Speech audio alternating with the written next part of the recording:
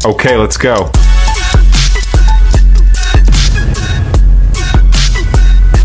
Hai minasan konnichiwa, apa kabar semua?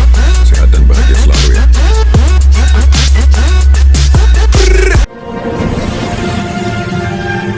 Bayangkan sebuah negara yang sudah hampir siap merayakan kemenangan, tinggal satu langkah lagi, satu detik lagi, namun harapan mereka ambruk begitu saja seperti menara kartu. Itulah yang dialami Jepang dalam kualifikasi Piala Dunia 1994. Mereka hanya membutuhkan satu kemenangan terakhir untuk mencatatkan sejarah lolos ke Piala Dunia pertama mereka. Pada tahun 1993 di Doha, Jepang berhadapan dengan Irak, dan mereka unggul 2-1 saat waktu hampir habis. Satu Jepang sudah menahan napas. Dari Tokyo sampai Osaka, jutaan pasang mata siap merayakan momen bersejarah. Namun, sebuah sepak pojok datang, dan di detik terakhir, satu sundulan dari Irak membuat skor menjadi 2-2. Peluit berbunyi. Jepang dipastikan gagal tampil di Piala Dunia. Adapun tragedi ini disebut dengan Doha no Higeki. Namun begitu, edisi berikutnya Jepang lolos ke Piala Dunia untuk pertama kali di Prancis. Bayangkan Jepang 2-3 ブラジルカウバー自分の国に戻れアビーニャ連れてこいよ Yo minasan konnichiwa, apa kabar semua? Assalamualaikum warahmatullahi wabarakatuh. Ini udah berakhir musim panas, kita di sini udah mau masuk musim gugur ya, autumn. Baiklah, kita akan membahas tentang apa? Kita akan membahas tentang kegagalan kita di Piala Dunia. Dan mulai saya banyak lihat di YouTuber, di sosial media, mulai ada saran pecat sana, pecat sini. Ada yang mempertanyakan kredibilitas Pak Erick Thohir, Patrick Kluivert. Ada yang pengen Sintayong balik lagi. Itu sah-sah saja, semua orang bebas berpendapat ya. Kalau menurut saya, yang harus kita ambil itu hikmahnya. Masalah ganti, evaluasi, itu wajib dilakukan. Mau ganti Patrick, mau masukkan Sintayong, itu terserah nanti keputusan PSSI. Yang mau saya garis bawah itu menurut saya apa? Daripada berpolemik, Indonesia itu belajarlah dari Jepang. Ya, Jepang pernah terseok-seok, malah kalau masalah sepak bola duluan kita. Kalau pengen jadi langganan Piala Dunia, Jepang baru aja ngalahin Brazil. Ini baru aja saya selesai nonton di pertandingan persahabatan ya, tapi mereka main habis-habisan juga. Baru aja ngalahkan Brazil yang pernah bantai mereka di Piala Dunia berapa 8-0 kalau nggak salah itu. Saya nonton langsung live-nya waktu itu saya masih di Bali. Di Kuta. Pas di Kuta. Saya nonton itu. Langsung. 8-0, ingat saya mereka media Jepang ngomong kalian seperti anak kecil. Macam-macam. Seperti anak SD yang diajarin main bola. Terus ingat sejarah Jepang ini. Apa? Tahun 1994 kita ada kemiripan loh. Tapi gimana reaksinya yang nanti menentukan menurut saya. Masalah pecat Pak Erick, pecat Patrick nanti kita bahas. Saya mau bahas ini dulu. Cara Jepang bereaksi dengan kegagalan mereka. Tadi cuplikan tadi gimana bocil, saya senang mereka bisa mengalahkan Brazil. Luar biasa sekali lihat body fisiknya, makanya saya cenderung suka Indonesia itu kalau mau cari pelatih carilah dari Jepang, apalagi usia dini. Jepang ini bagus sekali usia dini. Saya nggak asal ngomong karena anak saya di grassroots, saya paham bagaimana mereka membina usia dini, sangat bagus sekali ya. Baru aja mereka ngalahkan 3-2, masih mengingatkan saya saat mereka dibantai di Piala Dunia sangat memalukan 8-0 kalau nggak salah. Nggak ada perlawanan. Persis waktu kita dibantai 6-0 Jepang, nggak ada perlawanan. Yang harus kita sikapi itu gimana kita bereaksi kemudian. Tahun 1994, Jepang itu last minute mereka disamakan kedudukan oleh Irak. Persis seperti kita.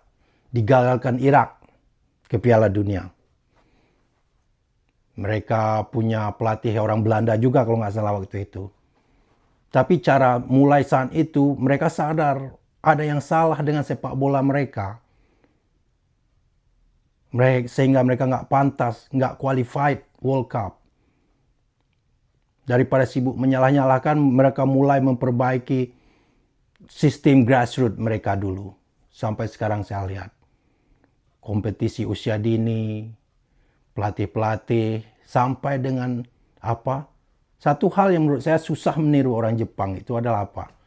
Di klub sekolah khususnya, itu coach pelatih-pelatihnya dari bapak, anak-anak bekas-bekas pemain bola pro dan semi-pro, tanpa dibayar. Ada nggak orang kita sanggup begitu, kira-kira? Di samping memang mereka punya klub sepak bola, ya, mereka punya akademi sepak bola luar negeri, seperti bocil saya di Barcelona Academy. Tapi yang saya salut itu di klub-klub sekolah yang notabene dijalankan oleh masyarakat, oleh ibu bapaknya, mengatur kompetisi antar daerah, mengadakan training match, turnamen. Itu intens. Itu yang harus kita tiru. Grassroots-nya. Kesalahan kita selama ini, pengurus kita itu malas bergerak, malas. Teori-teori aja. Datang juga lah ke Jepang, lihat sana, lihat sini. Kalau nggak dipraktekkan, memang kita butuh naturalisasi orang Jepang minimal. Menurut saya cocok. Jangan pemain aja. Naturalisasi pengurusnya 1, 2, 3, 20, 10 orang. Naturalisasi. Gimana pembinaan usia dini? Buktinya Jepang. Body sama. Dengan kita kenapa dia di peringkat 19 dunia ini ngalahin Brazil. Udah naik lagi peringkatnya ini. Gila kan? Daripada nyalahin mau pecat Pak Erick Thohir. Ini pendapat pribadi saya ya. Silakan kalau nggak setuju silakan saja. Ini pendapat pribadi saya sebagai diaspora. Nggak ada orang yang sebagus Pak Erick itu untuk ganti di PSSI sekarang. Cobalah kalau memang ada silakan sebut di komen. Terlepas dari kesalahan beliau mungkin pecat STY atau apa ya, manusia nggak ada yang no one perfect juga. Nggak ada. Dialah yang mengangkat moral persepak bolaan Indonesia yang terpuruk di zaman jahiliyah. Persis seperti keadaan Malaysia baru masuk zaman jahiliyahnya sekarang. Cuman bedanya kita mau berbenah, ngakui kesalahan. Nah beda dengan Malaydes ini, mereka sibuk cari alasan. Nah ini ciri-ciri berbahaya. Kita jangan sempat seperti Malaydes ini. Kita nggak qualified Piala Dunia, sadar diri, berbenah. Salahnya di mana? Ya, pemain Jepang yang top sekarang itu, yang sekarang main itu sudah diprogram sekitar 10 tahun yang lewat. Udah dibentuk. Umur mereka rata-rata umpamanya 20 tahun. Ya 20 tahun, udah sekitar 15 tahun yang lewat. Nggak bisa instan. Itu menurut saya. Patrick mungkin lah setelah saya lihat beberapa permainan, saya nggak ada sense. Nggak ada aura juara perasaan saya ya. Sekali, karena saya coach juga, saya punya insting, itu kelebihan saya bisa ada sense. Menilai orang cepat saya, nggak tahu. Itu kelebihan yang diberikan Allah menurut saya. Saya bisa membaca karakter orang cepat sekali. Ya. Itu menolong saya sebagai coach renang, memilih anak-anak mana yang akan bertanding, apalagi usia dini ya, lebih kompleks usia dini. Mungkin apa harus ambil STY lagi. STY bukan sempurna juga. Sering sekali dia melakukan kesalahan dulu. Banyak gagal ke Olimpik. Padahal udah sedikit sekali. Gagal di Cina. Awalnya di situ sebenarnya. Ini seperti bola es. Gagal di Cina itu awal kehancuran kita lolos langsung. Seharusnya kita menang. Kalau menang di Cina, itu ceritanya beda. Jadi kalau kita usut-usut siapa yang salah, siapa yang benar, nggak selesai-selesai. Yang lebih baik itu menurut saya, tirulah Jepang ini, berbenah. Yang di PSSI itu kerja, jangan nongkrong-nongkrong aja, cerita sana, cerita sini, kerja. PSSI sampailah ke daerah, ke stockholdernya semua bantu. Yang pusat aja nggak bisa kan, sampai daerah-daerah, bikin turnamen-turnamen. Bekas-bekas pemain pro, semi-pro itu daripada merutuk kenapa pemerintah nggak kasih gini. Saya pernah lihat Herman Pulalo kalau nggak salah itu saya pernah lihat beritanya, dia jadi satpam. Banyak yang komen, itu lihat mengharumkan nama bangsa bla bla, itu nggak, doesn't make sense. Ya, sebagai atlet begitu itu terjadi bukan di Indonesia aja, di Amerika juga ada pemegang medali emas jadi homeless. Itu tergantung orangnya. Sebagai atlet itu kita harus pintar juga. Kalau punya uang masa jaya-jaya diinvestasi, jangan dihambur-hamburkan. Banyak contohnya Mike Tyson aja yang kaya begitu bisa miskin. Itu karena nggak ada ilmu finansialnya. Ambil kepelatihan diberdayakan mereka ini di setiap daerah-daerah. Bikin kompetisi. Itu lebih membantu menurut saya. Nggak bisa nunggu-nunggu lagi. Saya melihat anak-anak saya di grassroots, anak-anak SD di sini. Gimana kita mau melawan mereka? Mereka 5 kali seminggu latihan bola. 2 kali di akademi, 2 kali di sekolah mereka, 1 kali main futsal. Yang melatih mereka itu dalam seminggu itu di akademi lain coachnya 2 orang. Di sana minimal 4 coach. 5 coach yang memberi mereka masukan mulai dari usia dini. Usia 5 tahun. Sementara kita apa? Ya, itu yang perlu dibenahi. Kalau mau ganti-ganti pelatih nantilah dulu. Kalau nggak dibenahi grassroots-nya, ya kita harus naturalisasi terus. Kemarin itu Patrick ngomong katanya waktu ngelawan Arab nggak enak.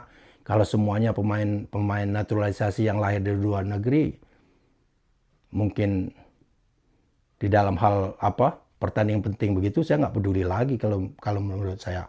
Nggak ada lagi sentimentalnya. Karena kita harus menang. Ya. Dan memang nggak enak sih sebenarnya, to be honest, kalau semua pemain yang turun itu nggak ada yang berkiprah di liga lokal atau lahir besar di produk dari liga kita. Memang nggak enak, tapi itulah realitinya. Suka atau enggak, harus kita telan.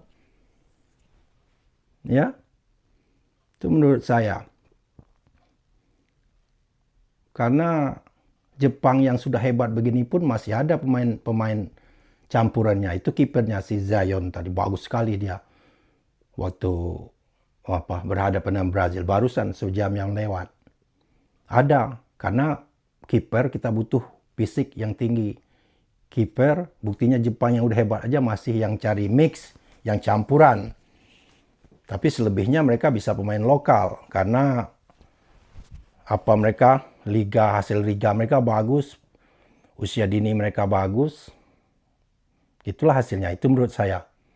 Pak Erik diganti, kalau saya pribadi ya enggak lah.